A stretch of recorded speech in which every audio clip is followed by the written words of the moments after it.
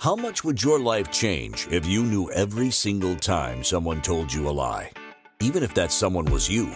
Lies like, you're not good enough, you're not smart enough, you can't own a business, and you definitely will never make more than you did in your old corporate job. Get ready to be proactive, passionate, productive, and oh so profitable in a way you never before experienced by opening your eyes to the Big Fat Lies Show. Now, here is your host of Big Fat Lies, success sorceress, and entrepreneurial spiritual mentor, Jennifer Cramer Lewis. Happy Monday, happy fun day. Are you getting ready to have an amazing week? Or are you already overwhelmed? Are you already overworked? And we're only one day into the work week. I wonder. Oh, welcome back, you guys. So we are assuming that you know what your type is in human design. So those are the types. There's generators, manifesting generators, projectors, manifestors, and reflectors. So what do I always start with? I always start with manifestors. I'm like, everybody thinks, oh, the manifestors, that's just so easy to be a manifester. It's really freaking frustrating to be a manifester. So manifestors, if you are listening, I have your back. I have your back. I have so many amazing, talented manifestors. Like I seem to attract them. You know, and when manifestors are off kilter, they're mad. Not afraid of mad people. I'm just not. Like, if you're mad that your life isn't working out the way that you want it to, guess what? That is power, baby. If you look at Dr. David Hawkins, which we talk about a ton on this show, his Power versus Force book, I would say, was probably the most amazing primer for how to approach consciousness in a business that talks about conscious business. And so if you don't have that book, highly recommend that book. So just go on Amazon. I wish I knew what my links are. I think it might be books.jennifercramerlewis.com if you want to give me a tiny little cut of your book. But definitely recommend that book, especially for you manifestors, so that you know that the path to manifesting for manifestors is not burning yourself out. Absolutely not burning yourself out. Quite possibly getting yourself to a place where you kind of feel like, wow, I'm not doing enough.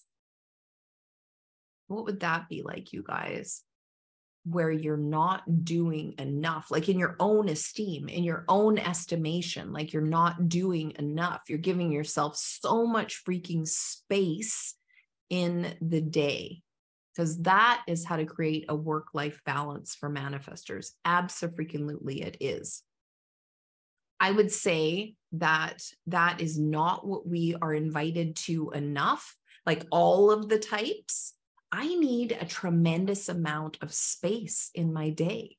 I can't be one of those people who's like, God bless them. Like my naturopathic physician, he's like got 3 clients on the table at the same time. And, you know, he's just like popping in and out. He gets so freaking energized by all of this energy that he's working with. He's like a total maestro.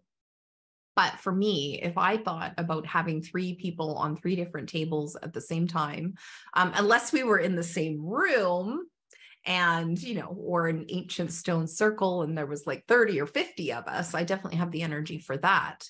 But, you know, working an 8+ hour workday, you know, with 3 people on the table at the same time, I could never do that. Bless him. Bless him. So for manifestors, now what people think manifestors can do and what manifestors actually can do are 2 different things. So manifestors have a process that's called informing. So they do have to have like trusted people that they're like, hey, I'm going to do world domination. And the trusted people have to be like, cool, I wonder how you're going to do that. And not give them feedback like, hey, world domination might not be the best thing for you because of this. And, because I would say as a manifesting generator, I do have some of those traits. And so the people that I do share with have to be people who will get the fuck out of my way. So, manifestors, if you are listening, do the people that you share your inspiration with esteem you? Do they respect you? Do they want you to have whatever your version of world domination is? I don't know if this person is a manifestor, but it would be wonderful if she is. There's this inventor, and her name is Mickey Agarwal. And she's invented a ton of different things, one of which is this thing called a tushy, which is like a bidet that you can put on your toilet. And she invented it well before toilet paper wars. Like I don't know where she got the inspiration from, but she invented it well before toilet paper wars. And she probably just raked it in while all of this stuff was happening. But had she shared that information with somebody that wanted to rain on her parade or wanted to jump on her bandwagon, but was dragging her backwards, that's the other thing for manifesting or manifestors is really, really be super, super careful. If you want to create a work-life balance, then your life part really needs to be correct. The people who are in your inner circle need to be inspired by what you're inspired by, not sycophants, not like, ooh, that's great. But certainly not dragging you backwards on some of your outrageous things that you might be sharing, because there may be the ability to share and really grow. And that's one of the things that I would love for manifestors to have is like an inner circle of people who, one, don't buy their bullshit, because everybody has bullshit, but shares it with them in a gentle way and also shares it with them in a firm way so that they can move ahead. Like one of my manifestor clients, she was working on this one business. And then we got started talking about okay, well, how do you create this work-life balance? How do you create, a beautiful personal life that you feel super fulfilled in? And she ended up, together, she was like, well, I think I want to do this type of business. And I'm like, okay, well, how much of your life would that type of business take up? And do you have that budget for yourself? And she did. And so then she just manifested a whole nother business. And I think there's 2 more businesses that are ready to come through her, and at least. And, so that for a manifestor, for you to be able to manifest, you do need space. And I'm probably going to be talking about that with the other types too. So one of the things that I really do notice with creating a work-life balance, you guys, is that you need the space to be able to do that. Depending on how well I sleep, which, please, universe, show me all the people, places, and things that can help me have a really great sleep. And then also I'm going to collect the data on the, the moon phases and all sorts of different things for myself that, on those nights that I do have a really great sleep, how do I manage to have that? But then I need space. And so I don't take a client before 11 o'clock in the morning. I just don't. Because, sometimes I need to sleep in until 9:30 and then put my game face on and then do my morning rituals and all of that kind of stuff. So thinking about that for yourself, you guys, what space, no matter what energy type you are, what space do you need in your day? Do you need play breaks? Do you need dance breaks? Do you need to make beautiful meals for yourself and have the time to be able to cook something instead of getting something out of bags or boxes or, running and grabbing some convenience type foods? And so interesting. There's this grocery store in England and it's called Waitrose. and it's just like the best grocery store in the whole freaking world. So for me, if I lived in England, I would definitely live in a town with a Waitrose, and I'd kind of want to go there almost every day to just go pick up a few things and come back and then eat them or cook them. And so thinking about that, like, what breaks do you need? And are you willing to be judged for the sort of, the word that's coming through is a word called languor. So it's just like you just have this like delicious space in between what it is that you're doing. Do you allow yourself to have a delicious space? And if you don't, what would change in your life if you could allow yourself to have that?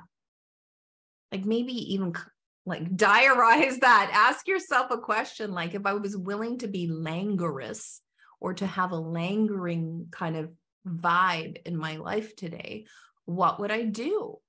Like, would I go out for ice cream? Would I, sit in the hot tub with a coffee in the morning? Like I used to do that with my kids when they were little. I had a hot tub. And so me and the kids would get up, I would make coffee, and we would all sit in the hot tub together. And, they would splash the shit out of me, and it was super fun. And I just loved it. And so I didn't plan anything. I didn't like put the kids in some kind of lessons or anything. And just like relax, give yourself so much time and so much space, especially you manifestors. You're here to be inspired to create some kind of life-changing thing on the planet.